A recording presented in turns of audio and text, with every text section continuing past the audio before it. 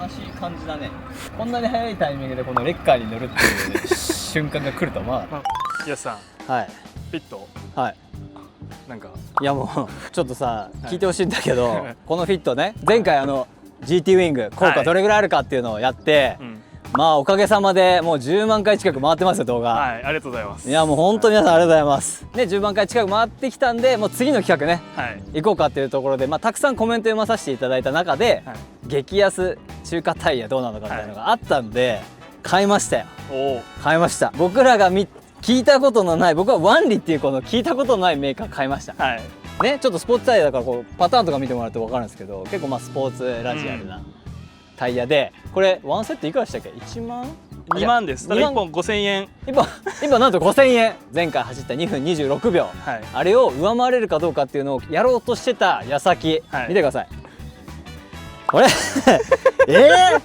何これもうパンクしておりますよもう明日走ろうと思ってね、今日リングスのイベント持ってきて、みんなに見てもらおうと思ったらもうパンクしちゃって大変なことになってます。いやだからわざわざ展示もして。そうなんですよ、みんなに見てもらおうと思ってね持ってきたのに展示してたらなんか空気抜けてないみたいなことを石森さんに言われて。そうなんですよね、スタッフの方からなんか車傾いてますって言われて見に行ったらもうこの通りですよ。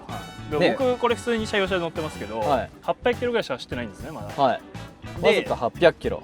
で普通に今日も朝ここまで来て、伊藤ですよね、伊藤しか来て普通に走って、で駐車場着いたらなんかペコペコ鳴ってるんですよ。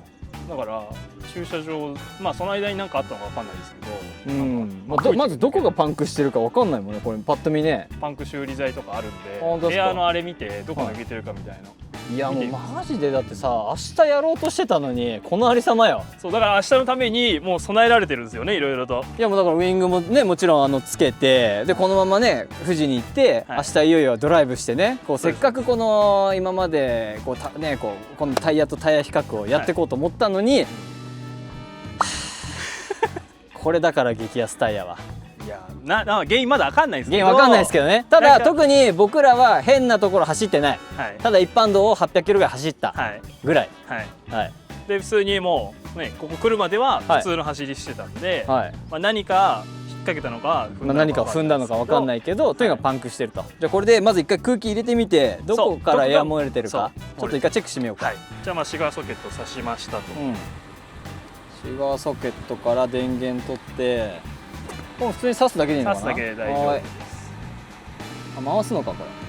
あ、そうなんだ。回して、そうだね、回して固定するタイプですね。これで一回エアを入れてみます。これどうやってやるの？電源ないですか？あ、これか。そう。こ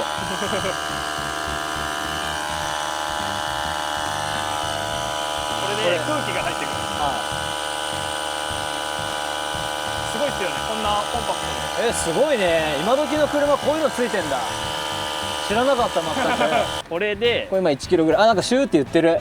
言ってます？言ってる、どっかでシューって言ってる。本当だ。でも漏れてるんですよ、どっかから。なんか外じゃないね、内側の。内側。どこかっていうのは特定はできないけど、なんか内側からシューって言ってる。あ、そこ。ここだ。あ、そこ。来た。マイクで空気出てきた。多分マイクで拾ってみる。ちょっと待てよ。俺がマイクやってみるよこれ。これでじゃあここに当てとくね。あ、ここ。ちょっと僕カメラ今回してます。ちょっと待てよ。タイヤがありました。菊池くんの手が見ました。ここ。ここら辺。これだ。押して。今押してる。離して。ああ、ここですね。ここら辺。そのサイドウォールのその角っこのところからエア漏れてんだ。取れてます？かな。その指のところ今ねズームで撮ってる。確かにパン。こんな感じだ。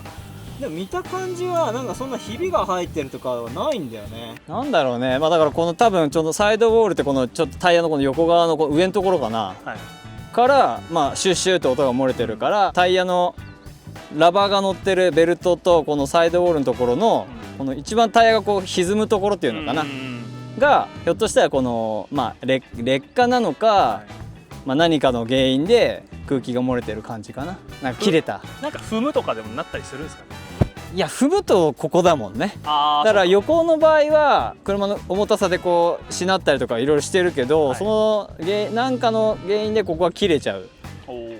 何かの原因で切れちゃうことってあんまなかなか800キロで。だからそれひび割れしてる車とかあるはよくあるあるだけど、これだってタイヤねまだ800キロだし、ゴムも触った感じめちゃくちゃ新しいゴムって感じがするから、あんまそういうトラブルってなさそうだよね。買った時もこれ26年式のタイヤなんで今年のめちゃくちゃ新品ですよ。いやだからちょっとなんだろう、正直、残念だよね。これがやっぱり激安タイヤのあるあるなのかな。どうなのかな。だからここら辺は視聴者に聞きたいですね。それ1本5000円って考えれば、5000円かしょうがねえなって思う部分もあるけど、ただちょっとなんか悲しいね、早すぎて。早いっすね。早い、ちょっと悲しいわ。だからこれちょっとせっかく明日ちょっと富士で走らせようかなと思ってたんだけど、6日月曜日の夕方のねあれに合わせて走ろうと思ってたんだけど、ちょっとそれできなさそうなんで、まずはちょっとこのタイヤをチェンジして、再度ね、チャレンジしようかなと思ってます。今回ね、ちょっとタイヤだけじゃなくてね、ここのなんだっけ、シェブロン、これもねコメントあったんですよ。このシェブロン、この空気にね、これもつけてきましたよ。シェブロンもつけたし、ね、タイヤも変えたし、果たしてね効果がどれぐらいあるのかっていうのを検証したかったのに、そう、あとパラシュート効果のリアバンパー外すっていう、そう、それもコメントあったね。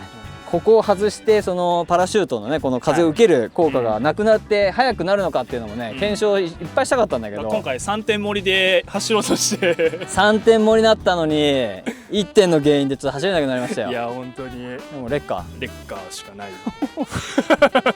伊藤まで来てレッカーさよならって。じゃあちょっとこれ一旦あれですね、持ち越しですね。そうですね。はい、残念ですけども、一旦は入院という形で。一旦入院ですか一旦入院ということで、じゃあこいつがまた復帰したら、じゃあこのタイヤの比較のね動画やっていこうかなと思うんで、じゃあお疲れ様でしたお疲れ様でした。一旦はね、一旦お疲れ様で、また治ってきたらこのフィット可愛がろうかなと思うんで、ちょっとやっぱあれかな、15万キロ走ってていきなりサーキットぶん回してとか、ちょっと角ってか力かけすぎたかな。でも車は元気だもんね。車は何もノートラブル。なんかむしろ元気になってるから、エンジンも含めだよね。